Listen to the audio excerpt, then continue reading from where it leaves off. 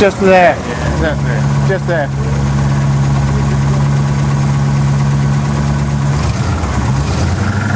That's it. But it's got a misfire on it.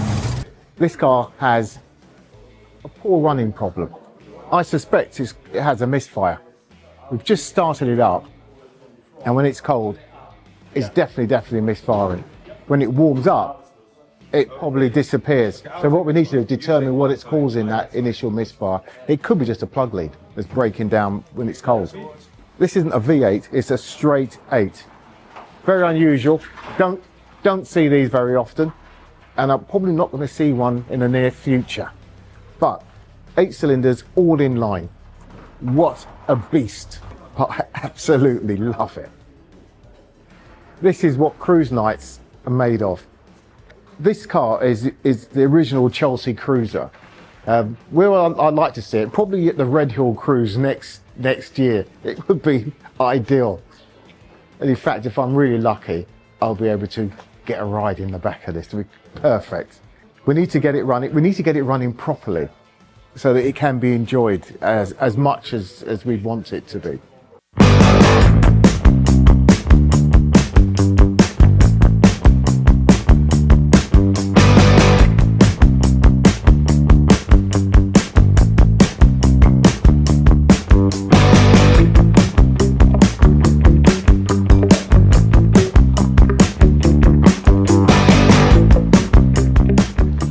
Found four spark plugs not working. 1, 3, 7, and 8. You know, usual thing. Run the engine, pull the leads off. Yeah. No change at all. So the first thing we did was to look for the firing order, which is written on here, which we found from the internet. 162588374, and then Mark checked that the leads coming off the distributor cap are actually in that order, which they are in the order. And then we started thinking about, well, where is TDC? So actually the owner has gone home to get his official book. Manual. He's got a manual, because I've been on the internet, nobody seems to be telling us. But then we thought, let's have a look at least one of the spark plugs, and we removed number 1. Yeah. Mark, do you have number 1 there, or have you put it away? The oil. Well, if you want, it's completely oiled up, carboned up, really bad. And I can't see that ever making a spark. So maybe... And what was the last time we had a set of spark plugs? Yeah, well, what we wanted to do was to remove the plug. Yeah. We want to stick it on the end of an ignition lead to see, and then earth it to the engine to see if it actually sparks at all. That won't spark, will it? It won't. Look, it's all carboned up. I'm sure the electricity just escapes. Yeah, it's wet as well. And it's wet, so he's got obviously oil going in somewhere. Really wet as well In the cylinder, is it? So that could be oil rings, oil scraper rings, or anything, couldn't it? You know. It's just been sitting around, started up, and just started up and not actually ran. And isn't an interesting thing? And that's one of the issues that we have to take into consideration, that it's just fired up, running it on choke for a little while, and it just floods. An interesting thing the owner said was that when it gets hot, it seems to be better. Yeah, well, because by then maybe enough fuel has washed. Once he took it off of tick over and he rolled it forward, I was standing up there and I could hear that the misfire had cleared. And I said that car is rolling forward on all cylinders by the sound of it. It's like it's got a low rev misfire. Yes. What does it smell like? But you know what? It might have been running on 6, because that's definitely not firing. Not on that one. No, it doesn't look like Our it. next thing is we need to find out where TDC is. You know. Start to pull out some of the plugs. Yes. Have you got another one out? Yeah, this is 2, which has been running right. Look at the difference. So the 2 is sitted up. Yeah, a bit sooted but dry. The dry. The other one is very contaminated. But it might be, yeah. So it means it's not firing. Generally. That is not firing. No. All that crap off. But that one is that's just choking itself up there. You can see this one, yeah. No, that one there. That one there. Yeah. So Do you want to swap them over and pretty we see? soon, I reckon that cylinder that's come out of number 2 will then eventually be the same as number 1, because It'll be interesting to swap them over. Yeah. This car needs a run. It does. It does. What The first thing for me, I just want to find out where TDC is. Where TDC is. That's And then swap over number 1 and 2. Yeah. I've done.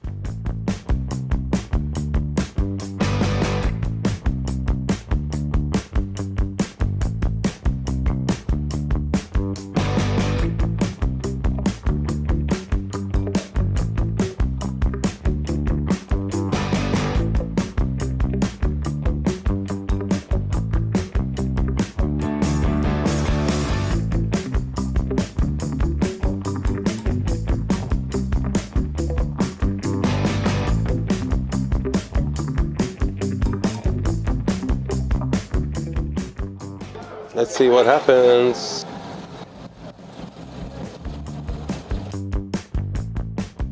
Because the leads are all working. We did get a spark in the air, but under compression, it's a different situation, isn't it? 1, 2, 3, 4, 5 is working.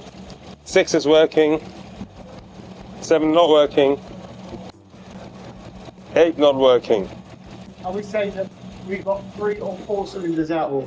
Yeah, several. So it's 3 and 4.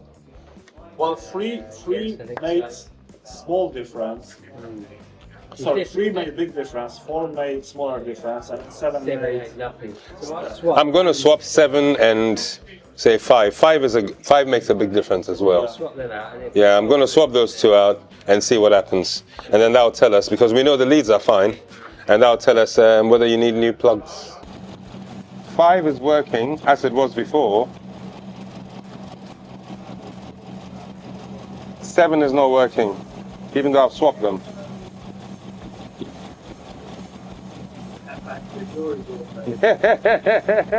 Right, for me, I'll still go with plugs. Well, otherwise, what else? Yeah, so Rob, this time the fault hasn't actually moved across, so it looks like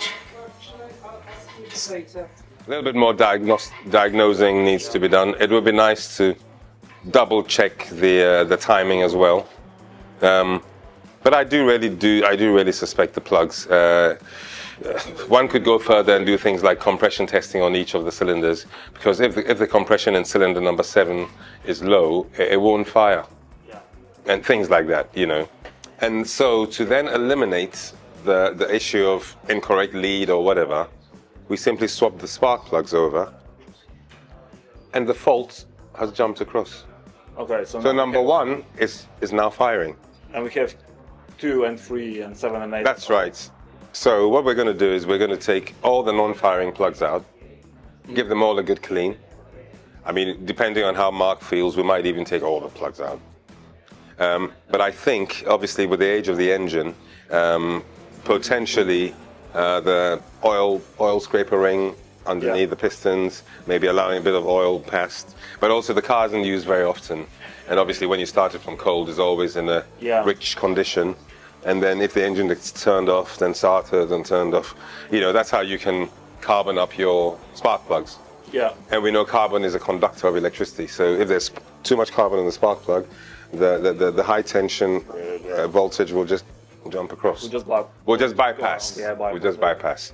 So Hopefully, an ideal solution would be to drive it more often. drive it more often. Yeah, go on longer journeys. Yes, I give you full permission to drive your own car. Yes. I need that on video for my partner. So she also hears it. Great. Okay, that's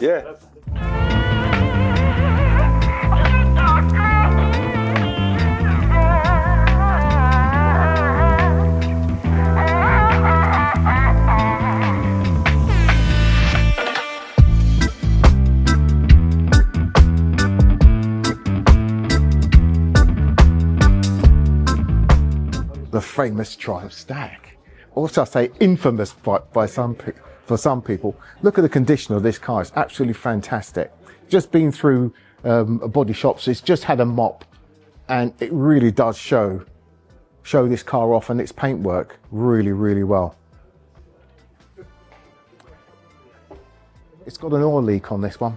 May not be able to get repaired today because we don't have any of the parts needed, but at least then we can get the parts ordered, probably bring it in in the next couple of weeks, and we'll get it done on a Saturday in the shop. You see all this stuff here? That's the sealant that they put on the gasket. Okay. There's another gasket here, one there, one there. Yeah. When the gaskets get old, they start to leak, and what they leak out is coolant. It starts to leak because everything contracts and a little bit of a gap occurs, and then you end up with a leak. I see. It's nothing to worry about, but you haven't got one here. I think all of this here is oil, and it's residue of oil from the carburetors that you just had repaired. I see. Because it looks far too shiny. If it was coolant, it wouldn't look like that. It looks totally different. So I think that is primarily oil. Engine oil. Yeah, or oil, carburetor oil. That's ended up down there in the valley from the repair. So it's possible it's slightly overfilled, it's leaked the excess out, or this has got a seal inside here, and that seal may have given up. The garage did tell me that there was a leak in the engine. It's coming somewhere on the outside. They did say there was a leak, that they came from the See, we definitely engine. definitely got one from here again, and I think we're going to just tighten it up slightly because you've done this. Yeah, we've done that. No, I didn't do it. You did have it. done it. Yeah. With your help. you did a tinker session, but that just needs a nip up. So I'm going to get Phillips, a normal engineer's driver, just tighten these four up. Then I'm going to get a jack. I want to go and have a look. There is a little bit of oil around the sump plug on this, so we may get that nipped up a little bit.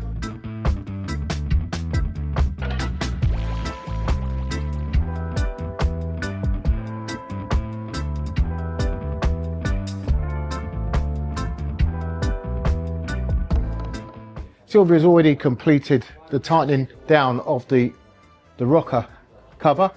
She said all the screws were loose at the top. It had been replaced probably about a year ago, so just retighten the screws in the rocker cover, and that was done.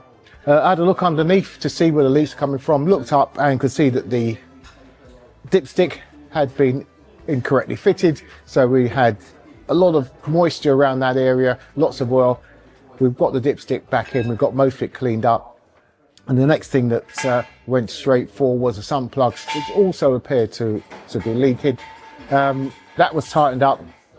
From a patch that's about that big, we've got one drop that I noticed after nearly an hour. Yeah, it's not so bad, so I'm going to go and have a quick look. I'm thinking that one drop is a bit of residue that's left over from all the oil that's there. It had 3 or 4 different leaks, but we're looking as though we've covered most of them. I think there may be one on the crankshaft main seal, which is something that a lot of these stags unfortunately have, leaks from the main seal. And there may be a slight leak from the gearbox, but that's further back. But the ones that we were looking at today are all mainly from the engine. So we've done it. It looks as though it's good. Let's go and have a look, see if any drops there. Yes, we have a drop. That's coolant or water. In fact, that's not even coolant, that's water. And that here, that's a drip of oil. So we've got one drop of oil there. We've got some coolant there. I'm not too sure where that coolant's coming from. The car was only parked for half an hour or so, and that's what was there before. It was quite a substantial leak. Looks as though most of it's gone, which is great. Perfect. See, spot on. Job done. Brilliant. Thank you. We give it a wipe, and then we pop her in, and that's it. And make sure it's properly in. Yeah, make sure it's properly in. It probably wasn't you actually, because you know, it was possibly done when it went in for its body, especially if they'd seen it leaking. Through that, considering it was a puddle before, and all we've done is tighten everything up. So that's really, really good. That car's looking so nice. It's just come out of the body shop, and it's had my guys that normally work with me look after it. And of course, you know who that is because Gary's part of the Tinker team. So Gary's had his hands on that. He's repaired a chrome bumper on this. It's absolutely brilliant. You would not know that this bumper is bent. And if you look at it, I'd say, tell me which part of which bumper, front or rear, has been bent. Absolutely brilliant. Well done, Gary.